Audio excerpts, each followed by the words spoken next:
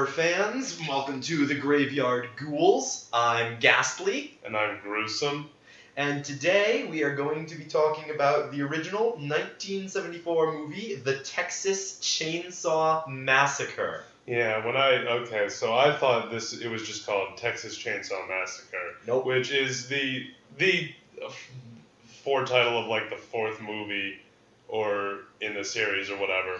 But like there are so many. Whatever. It's the Texas Chainsaw Massacre. This was directed by Tobe Hooper, who would go on. Did you say he directed Poltergeist? Yeah, he directed Poltergeist. This was his big breakthrough, though. This was the movie that put him on the map. It also put actor Gunnar Hansen on the map. He's the guy who plays the villain Leatherface in this. Who reportedly Hooper found him in Texas and went up to him and said, "You're a big fella, ain't you? How'd you like to be in a movie?" Most of the cast in this were unknowns. The ones who had been in movies, who had been in acting before, had just been in local Texas commercials or stage plays, which helped Hooper get away with some of the stuff he did that we'll touch on later. Some of the directorial style in this film got out of hand. But it's notable, aside from just being a good movie that holds up, it's kind of a proto-slasher film. Like, between Scream and a whole bunch of other stuff, we know how Cabin in the Woods, we know what the slasher film is in the genre. You know, the teenagers, this character. Is this just a really textbook example of that? This is what did it first. Okay, so I'm not very aware of this film. I only know it by the name and because of Leatherface and like... The working title was Stalking Leatherface. The other working title was Head Cheese. Oh, Jesus. Head cheese is what you get if you boil a head until all the meat comes off into a sort of a jelly. I mean, I just, as an understanding, what really survives from a lot of the horror series, if you've never seen the horror movie, is the characters, the monsters. Oh, yeah. And in every single sequel and remake, Leatherface is in it. The sequels include, and remakes include, so the original was in 1974, The Texas Chainsaw Massacre. Then in 1986...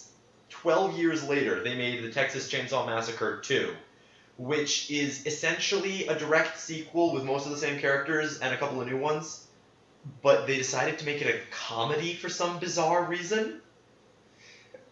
You know what's funny? And I'm going off topic a little bit here.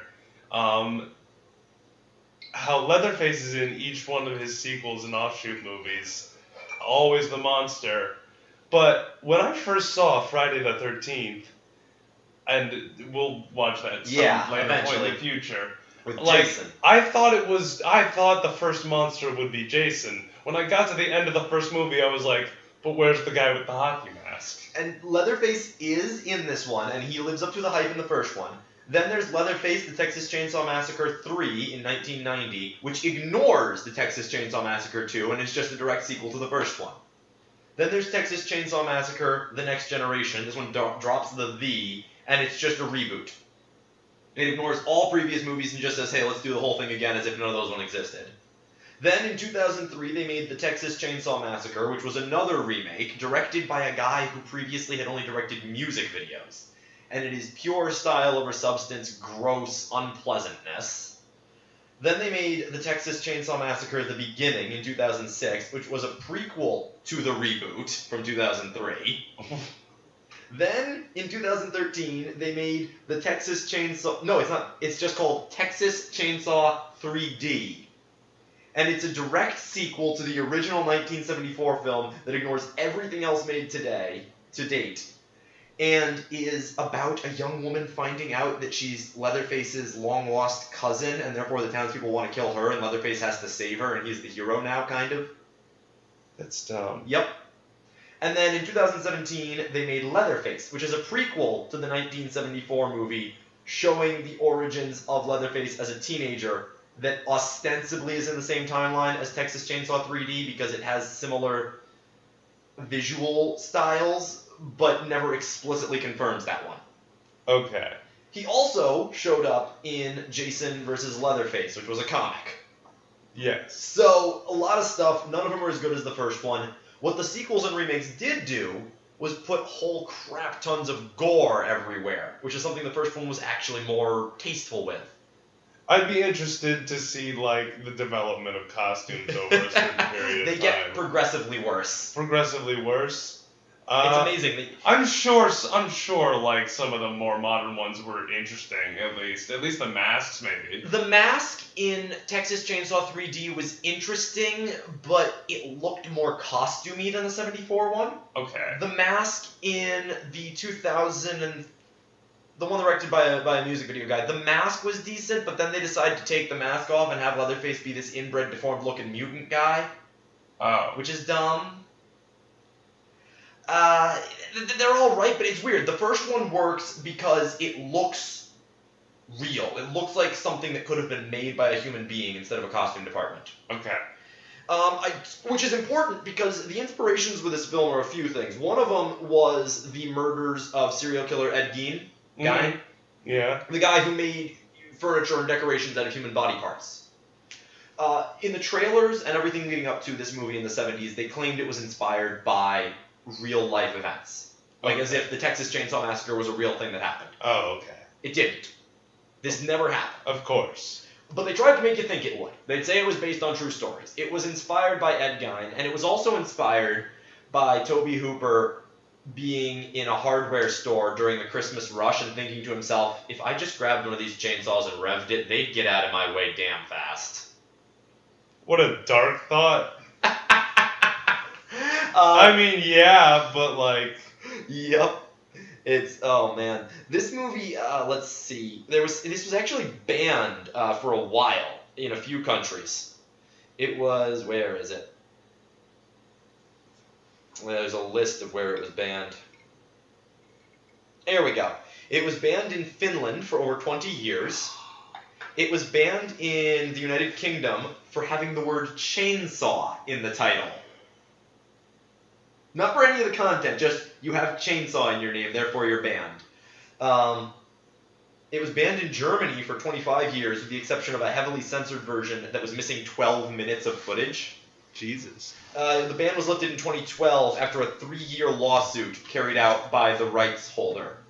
I mean, this is probably going to be way less gory than I think it is. Oh no, it's really not a very gory film. It's atmospheric, it's terrifying. I'd say now you got me doing it. Mm-hmm. The Texas Chainsaw Massacre is probably my favorite horror movie ever made. Oh, wow. Alright. There's a lot of good horror movies. Yeah, there are. But this one really, I love this. I love what it does. And it's also worth noting, it does a lot of things that other horror movies later did, and it did them first. A lot of things wrong with modern slasher movies can be traced back to trying to one-up this film without understanding what made it work, i.e., trying to put way more gore in there than's necessary and hoping that alone is scary. Was this his big horror debut? Was it a movie debut for him? I don't know if it was a movie debut, but it was his big horror debut, and it was the movie that got him put on the map. Okay. I'm just curious, because he did a lot of horror work on his IMDb page. Let's see. Because I understand this is what gave him his fame. But yeah, it was produced on a budget of $140,000 using mostly unknown actors, like I say, and once he finally found someone willing to distribute it, he did get massively successful. Let's see what his first work was. Tobe Hooper first movie. And the first thing... Oh, his first feature film was something called Eggshells in 1969. Oh, wow. How old is this guy? Tobe Hooper? Well, he's still alive. Oh, no, he's not. He died in 2017. Darn. Oh. So he was born in 1964. He died in 2017. We also lost Gunnar Hansen a couple of years ago, too. When did he die? Gunnar Hansen is... Leatherface. Oh, right. Huge fellow. Did he get to play it more than once? In the sequel. In the first sequel, he got to play Leatherface, and I think he played him in the third one. But he died in 2015. What else did he do? Not much, actually. But he did write a couple of books. Check Chainsaw Confidential and Islands at the Edge of Time. Oh, that's probably pretty cool. Yeah, he was in 2000. He's mentioned in 2017's Death House. He was in a movie called Mosquito in '94. I've heard of that. Murder set pieces. He was in the original Texas Chainsaw Massacre. He was in Texas Chainsaw Revisited. Oh, he's credited in that. So yeah, he was in a few things, but mostly he was famous for playing Leatherface. And he really did, for a character who's behind a mask the entire time, he brings some stuff to the role, something that we can discuss afterwards. So is there anything else that's worth mentioning before we dive into this? I'm excited. All right, let's check this out. We are watching the Texas Chainsaw Massacre from 1974. We'll see you guys after the movie.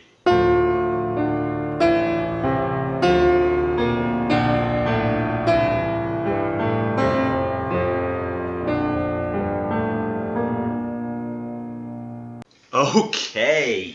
Alright, so that was the Texas Chainsaw Massacre. I want to know what you thought. I like it. Not only did it enlighten me that it has a lot of things in it that a lot of modern horror borrows from, but also it's just like I don't think it's good for character work or stuff like that, but I think it's interesting for its villains. It's small 3-villain rogues gallery. It's kind of and like its aesthetic and its tone, because it's shot and it's directed really well, and it doesn't focus so much on the characters as it does on just the narrative playing itself out. And it focuses on the characters, I'd argue, just enough to get you a feel for what kind of a person they are. Yeah. There's people have been analyzing the slasher movie for a while, and this was kind of the prototypical version of it. Yeah. It wasn't the first instance. Black Christmas is probably the first instance of what's known as the modern slasher movie. This was what really set the rules into place and would then be borrowed by later films like Halloween or Friday the 13th. And there's the character archetypes of the jock, the nerd, the stoner, the slut, and then the virginal final girl. And you can see all of those to a degree in this. The stoner in this is more... It's iffy whether or not the boyfriend with the mini afro is a stoner. It's the 70s, you can assume it. But again, it's a prototype example. He wasn't trying to... He's just a man in a flowery shirt. You gotta remember, Tobe Hooper wasn't trying to create a genre of horror movie. He was just trying to make a horror movie. Right. And people borrowed from this and refined it, I guess, or attempted to refine it. Yeah. But the slut's there, the jock-ish character is there, the nerd is there, only he's a wheelchair-bound guy. And the girl who survives is the one who's the most virginal seeming. She's not wearing the backless dress, she's less openly flirty. Yeah, I guess. Again, it's not really there, but you can see what is there that would later become these things. Yes. You noticed the third time he changed his mask, that Leatherface has more than one mask. Yeah, he changes masks, and then he has a coat rack of them. And it's one of the mistakes they make, especially in that remake that they did with the music video director. They take his mask off and they show he has this horrible deformity, which wasn't what they were implying in this movie. It's not that he's wearing a mask because he's ugly. They're inbred hillbillies. His brother's ugly. He's like a lower version of Lenny from Of Mice and Men. Yeah. If Lenny from Of Mice and Men was just... And was even dumber and was a murderer, yeah. And once his family members show up, you realize Leatherface is basically a large child. I mean, he's getting bullied and beaten by his older brother. He's a large... Because of whatever deformity or like mental disability, mental disability or whatever is keeping him from being fully. It's implied, they never outright state it, but the director's intention was for them to come off as being mentally degraded due to inbreeding. Okay. Which you could imagine a family like that doesn't get out much. I guess. What with all the body parts and the keeping their dead grandmother in the attic. That's why his brother has that ugly, like, mark, whatever it is, birthmark all over his face. Yeah. The red smear or whatever it was. Gunnar Hansen. However, the guy, the old guy. The cook. Yeah, the cook. He's doing very well as coming off as normal, yeah. Normal and kind of caring, and he's got a business in town where he sells barbecue that's later revealed to be human barbecue. Yeah, he gets really scary really fast, and the way he turns is very. It was brilliant. I like the fact that when she's all tied up, when Sally's tied up in their house, and you see them interacting, they come off almost like a regular family unit. Like a really screwed up, dysfunctional, murderous family unit. Yeah. You can see them, they're squabbling and bickering like brothers. They're having Leatherface puts on his best suit and his best face so he can have dinner with his family while they tie a girl to a chair and try to murder her. Yeah. It's... Go get your grandpa. Yeah, okay, so we can cut this girl's finger and feed him blood to help him wake up. It's almost like when the Joker tries to, like, dress up in normal clothes. Yeah, kind of. It's the same idea of something that really isn't family friendly. Like in Return of the Joker when he sets up the whole family dinner scene. Yeah, I know what you're talking about. It is similar to that. Well, it's because, like we said when we first see their house looked like a lovely, if slightly disrepaired, down-home, country, Texas living place to live. Until you see the inside. Yeah, it really looks like it would be a house that would actually cost you a pretty penny on the outside. Sure, until you get inside and you realize it's full of dead animal and people. I like the room, though. I like the red room. Yeah. That's creepy. And the way Leatherface just bursts out from behind the doorway and smashes that guy with the hammer. Not only have I seen that parodied a billion times, but like, from the first motif of like the horns and the animal deer, skulls and the rams and the deer, yeah. I'm like, oh, get out, borrow this. Yeah, which it did, and you can tell with a lot of the things Jordan Peele does that he's well versed in his horror movies. Oh, he does love horror movies. I wish, and a lot of modern horror directors will deliberately homage earlier stuff, but like, I wish more of them would come up with their own iconic imagery instead of taking old iconic imagery. Though I am excited to see his remake of Candyman. We should watch the original Candyman at some point. At some point, yeah. So Gunnar Hansen, the guy who played Leatherface, he based his portrayal of Leatherface. He spent a day hanging around a slaughterhouse and a day hanging around a school for the developmentally disabled. Right. Because his idea for the character was that he is essentially mentally a child without the ability to speak, and that since he grew up with a family of people who used to work at the slaughterhouse, which they imply with the hitchhiker saying that with the invention of the bolt gun, all the old killers lost their jobs, and the fact that they all do this. So Hansen's idea was that Leatherface talked in all those creepy animal noises because that was what he heard as a child, and so he mimicked that in an attempt to communicate. So he went to these places to see if his theory would hold up to scrutiny? No, he went to the slaughterhouse to get the sounds down. Okay. And he went to the school for the developmentally disabled because he knew he was in a horror movie and he was playing a murderer, but he didn't want his portrayal of a developmentally disabled person to be a caricature. He wanted himself to move the right way. He wanted it to come off as an accurate portrayal.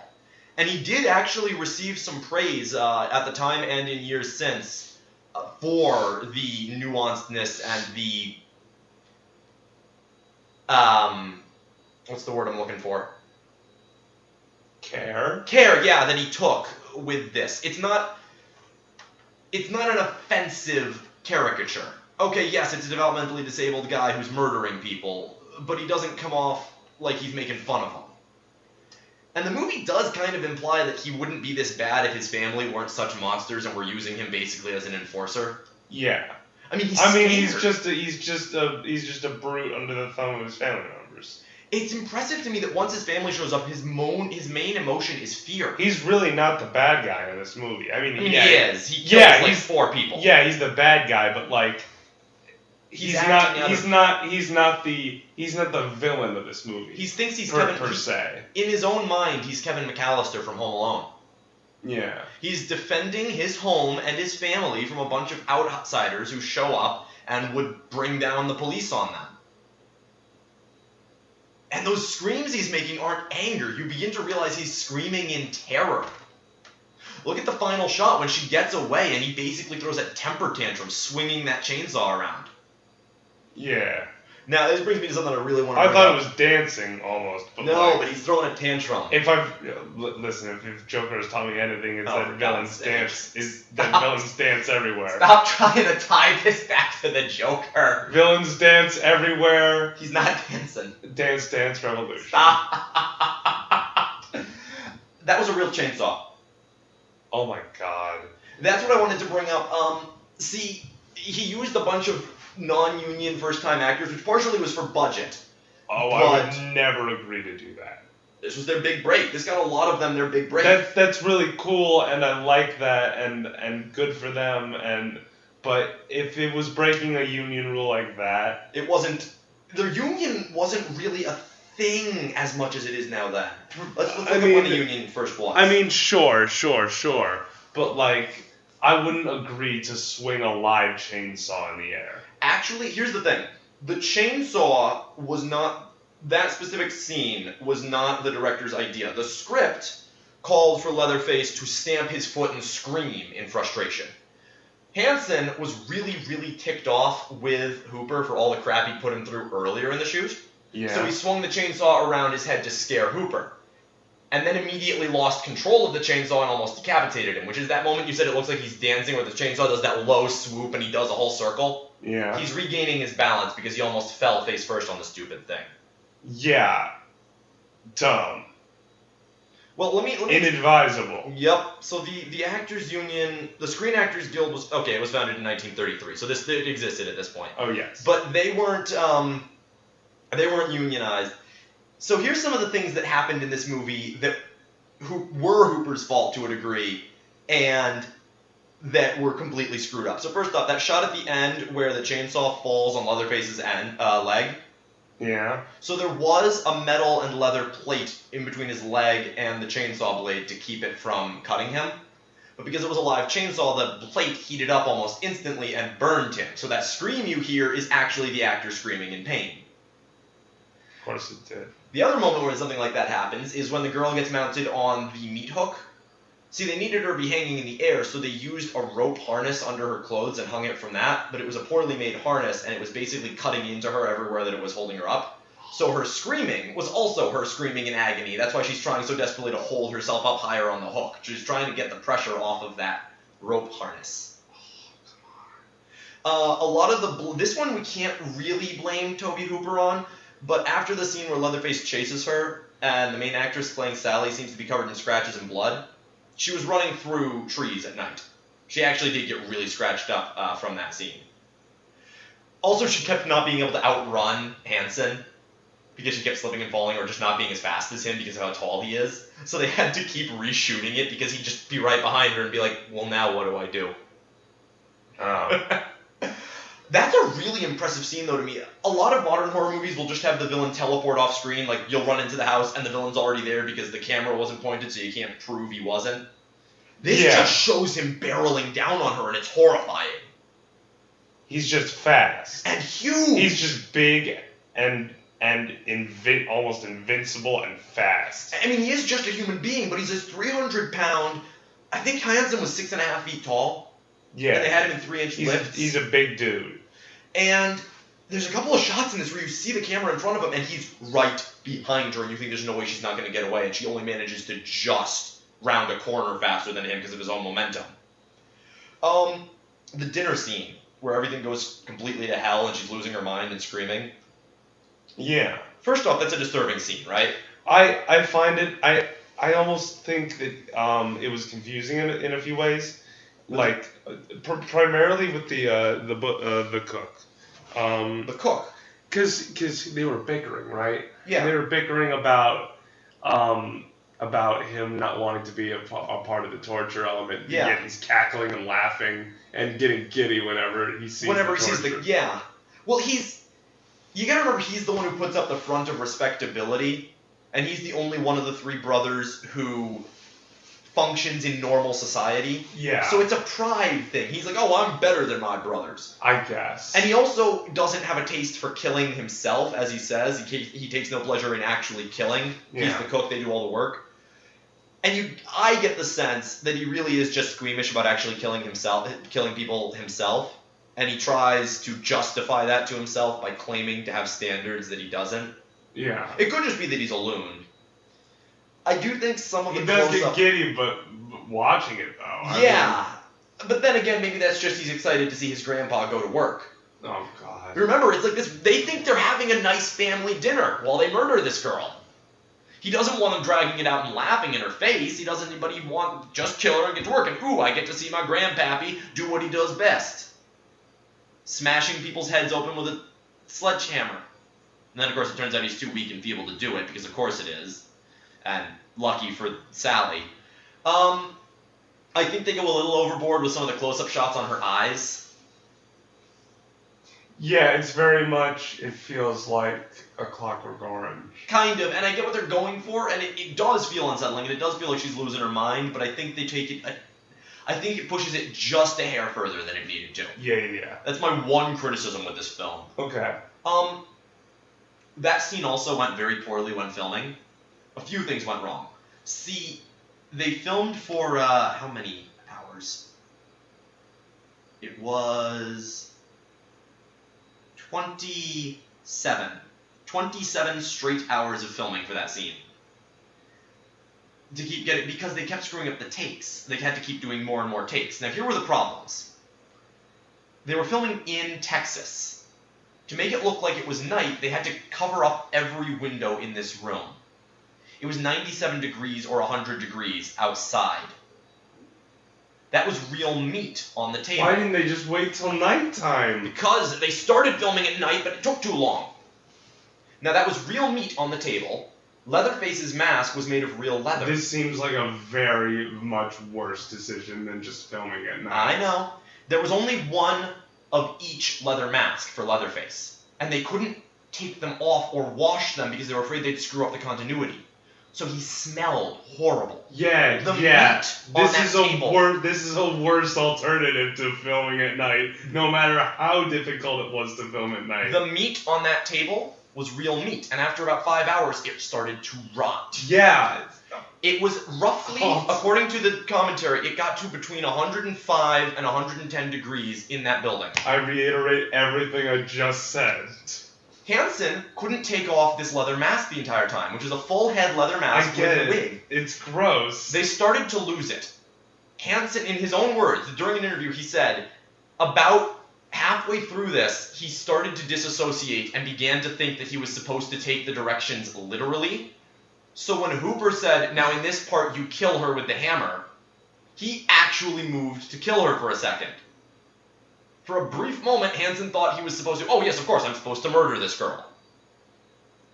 He obviously snapped out of it, but he was so hot and so... the stench I'm surprised this movie got made. Also, I'm surprised somebody didn't quit. The other real thing is, and this was again due to the heat and the intensity of it. Yeah. The scene where they cut Sally's finger to feed the grandpa. Uh-huh. It was supposed to be a knife with a fake blood mechanism. And it was a real knife. It kept breaking. And it was hot, and Hansen was fed up. He switched it for a real knife and said, all right, film this one. Cut her finger, stuck it in the other guy's mouth. Because he wanted to get out of the freaking heat. Yeah. I'm surprised nobody quit this film. Yeah, it was their big break, though. I don't know. Oh, yeah. And again, a lot of them came back for the sequel. The guy who played the cook came back for the sequel. The guy who played Leatherface, Gunnar Hansen, came back for the sequel. I think that was about it, because everyone else was either dead or gone.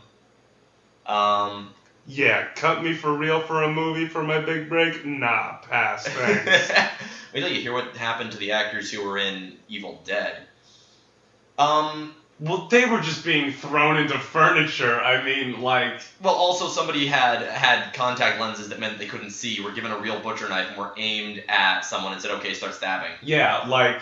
Which is bad. That just looks like it has a lot of people just getting hurt. Yep. One of the greatest movies of That all just time. looks like I a wouldn't bunch want of- it to be on it, though. Just looks like a bunch of poor stunt work anyway. It is worth noting the guy who plays the grandpa was about our age. Of course. Under a whole bunch of makeup, so he also wasn't having a fun Yeah, time in that basically heat. just a plastic mask. Yeah. Well, rubber, but yeah. Yeah. It's fairly believable. Yeah, it's cool. But yeah, with the Leatherface masks, he's not hiding a deformity, he's communicating. He wears different masks to describe his different emotional states, or to try to fit into certain things with the family. The only thing we should ever know about his face is that he has fucked up teeth. We do see that in the one close-up where he's sitting there beating on his head because he's having a panic attack because he doesn't know what to do about these kids. Yeah. Or 20-somethings. Do you think they're under a curse? The movie implies a couple of times they might be cursed. I don't get that sense. I don't think I agree with it, but there's Pam, the girl Pam is reading the horoscopes early on about Saturn being in retrograde and how that's evil. The hitchhiker crazy guy does draw some weird sigil on their van in blood. Yeah. And there's these constant beautiful shots of celestial bodies like the sun or the moon, which does sort of suggest maybe there is something supernatural going on explaining why they're all having such a bad time. I don't know. Do you think that or I don't get that No. sense. I still don't. it's just no. it's just giving it a creepy atmosphere. Yeah, But I think it says something that they took the time to put that in there. I guess. You said there's not a lot of character work, and you're right. There really isn't. The cook gets the most character work. Honestly, yeah. The cook gets the most character work, and by implication, Leatherwork gets quite a bit when you see him interact with his family. But he gets no lines, so Franklin gets a lot of characterization, but Franklin's a whiny, unlikable little so-and-so. Yeah. The wheelchair guy. I feel bad for him. He's in a wheelchair, but I think he's they so wanted people to unpleasant. laugh at him a little bit. Yeah, and then he dies and you feel bad. But the thing is, there's not a lot of character work, but there is a lot going on in the movie. Yeah, there's a lot happening here, and there's a lot. The writing is smart. Yeah. There's not only is there just the straight going into the house I'm and not getting saying murdered. I'm not saying that that's ever a bad thing. Like you don't need to focus on character Specifically. in any given project. Like generally, you want strong characters, a strong narrative, but like You can focus on. I mean, certain character studies have less projects- plot. certain projects will micro focus on things. Like certain script writers have a much better time writing for character than they do for visuals. Look at There Will Be Blood, which isn't a horror movie despite the title, but that's basically a character study. The plot is almost non-existent. Aaron Sorkin has said basically in all his promotional videos for To Kill a Mockingbird, he's like, anytime I've done movies or TV, I've basically just been writing plays, a bunch of movies and TV where people are sitting in rooms and talking. Yep. And this is a plot thing. You get just enough of the character to make it interesting. But to me, there's the regular plot. Right. There's the implication of this supernatural stuff that may or may not be going on and putting them under a curse. There's, when they're discussing the meatpacking industry early on with the slaughterhouses and the hammers, it not only foreshadows what's going to happen, the characters are basically going through what happens to an animal in a slaughterhouse, up to and including being on the table. Yeah. So it sets that up without being some meat is murder soapbox. I mean, the main characters, before they get killed, are explicitly fans of eating meat because they go to the barbecue. One of them says, "Can we stop talking about how horrible it is to slaughter them? I like eating meat." The point isn't meat is murder. The point is, by God, wouldn't it be terrifying to be in a slaughterhouse? Yeah. Which comes back to the murderous hillbilly family treating it like a regular dinner. Have you ever been a cow? Do you want to be? They see nothing wrong with killing and eating people at the table, just like we see nothing wrong with having a burger at the table. Although, most of us would probably take pause at dragging a cow into the dinner table and bashing its skull open before dinner. Right there in the kitchen. That reminds me of the Parks and Rec episode where Ron Swanson just brings a pig to a picnic Damn it. and says, "Meet your dinner." Damn it. Yeah. But fun. I like It is. this. It's good. It's well shot. There's so many gorgeous shots in this And movie. for being so low budget and like such a small team of people working on it. What was it? Produced, directed, and The fact written by that it even got made is amazing. It took them so long to find a distributor for this because of the content. A distributor, actors to stay on the project. Yeah. Crew that wouldn't kill him. Oh man, this one is. Like And it there got are banned. horror movies that have like, these people were exposed to something real or actually scary or something. You have those stories all the time when you're making horror movies. But goddamn, There's like, some older ones that did. This isn't the worst. There are worse things that have happened. This is one of the worst. We gotta get to Cannibal Holocaust at one point. well, It's one of the few horror movies that's been banned that while I don't agree with banning it, I don't agree with banning any form of media. But I get why. Having watched Cannibal Holocaust and having heard what went on while they made it, I understand why they said this can't be shown. we'll save Cannibal Holocaust and Serbian film for like. Oh man, later. yeah. Serbian film's different from Cannibal Holocaust because while it's one of the most revolting, horrible movies ever, nothing in it is real. No one actually has anything horrible happen to them in the real life making of it. Yeah. Cannibal Holocaust did some really screwed up things to the people working on it. It's amazing the man who made it wasn't imprisoned. He almost was actually imprisoned for it. Okay. Yeah. We'll do that later. We'll do that later. That's while this was one of the earliest. The Texas Chainsaw Massacre is one of the earliest slasher movies. Cannibal Holocaust is possibly the earliest found footage movie. Interesting. It's the precursor to things like Blair Witch. Well, next thing we're gonna do The next thing we're gonna do is we're going to do the Ring trilogy. woohoo We're going to do the first one, and then we're going to do its two sequels. Yes, there's a third sequel. I It can't came believe out that. very recently. Did it have You don't any- remember. Did it have any fanfare? It had a few previews Well, everything has previews. in the theaters, but I like didn't hear not a thing about this. not highly advertised, poor marketing. But like it wasn't a great movie, but like It was a sequel to a movie from almost 20 years prior that didn't need a sequel. me, And it was the second sequel. me and my friend who were fucked up liked it. Yeah, okay. So, I'm going to come back to it. I love the costume design on Leatherface. Yeah. I mean, he's got the multiple masks, but there's a reason the first one with the yellow apron is the most iconic. Alrighty, but next week, the thing that scared the crap out of me as a 7-year-old, The Ring. Who let you watch The Ring as a 7-year-old? My brother. Ugh.